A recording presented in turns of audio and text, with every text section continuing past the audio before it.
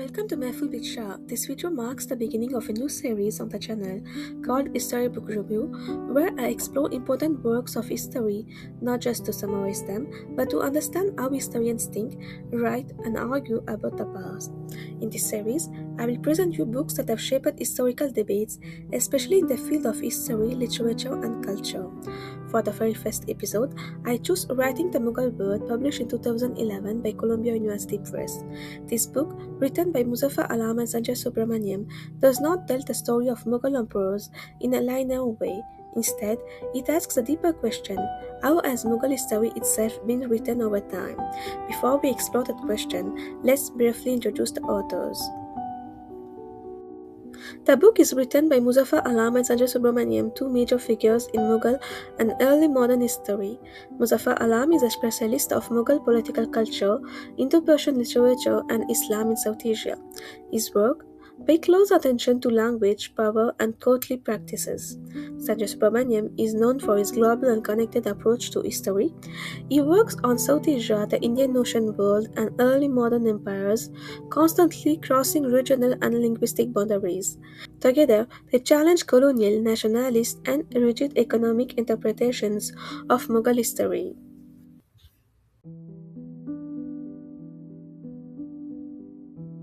For a long time, Mughal history relied mainly on imperial chronicles, texts such as Babur-Nama, Humayun-Nama, and Akbar-Nama. These texts formed the core of Mughal historiography. These works were literary and political, written under imperial patronage, and reflected the court's perspective. This tradition was influenced by early Persian and Timurid historiography, especially from Central Asia and Iran, where new ways of writing history developed from the 15th century onward. From the 18th century, Mughal history entered a new phase. The East India Company encouraged translations of Persian texts into English, such as Ain-i-Akbari and Firishta's chronicles. Yet, English did not immediately dominate. Throughout the 19th century, Mughal history continued to be discussed in Persian, Urdu, Rajbhasha, and regional languages. At the same time, the Mughal past became deeply contested, admired by some as a period of cultural brilliance, criticized by others as despotic and oppressive.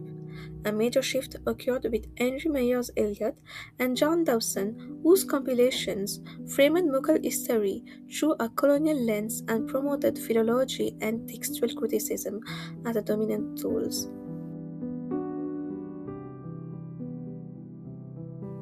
After 1947, Mughal historiography faced a crisis. Historians had to deal with colonial legacies, partition, and communal interpretations of the past.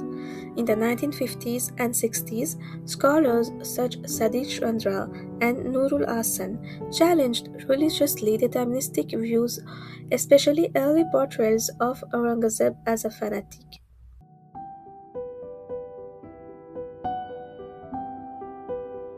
The rise of the Aligarh school, especially with Irfan Habib's work on the Mughal agrarian system, reshaped the field.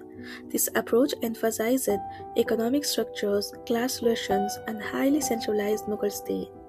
While extremely influential, it also created limits, focus on Akbar and Aurangzeb, a neglect of Babur, Humayun and the mid-17th century, and the idea of the 18th century as an inevitable decline.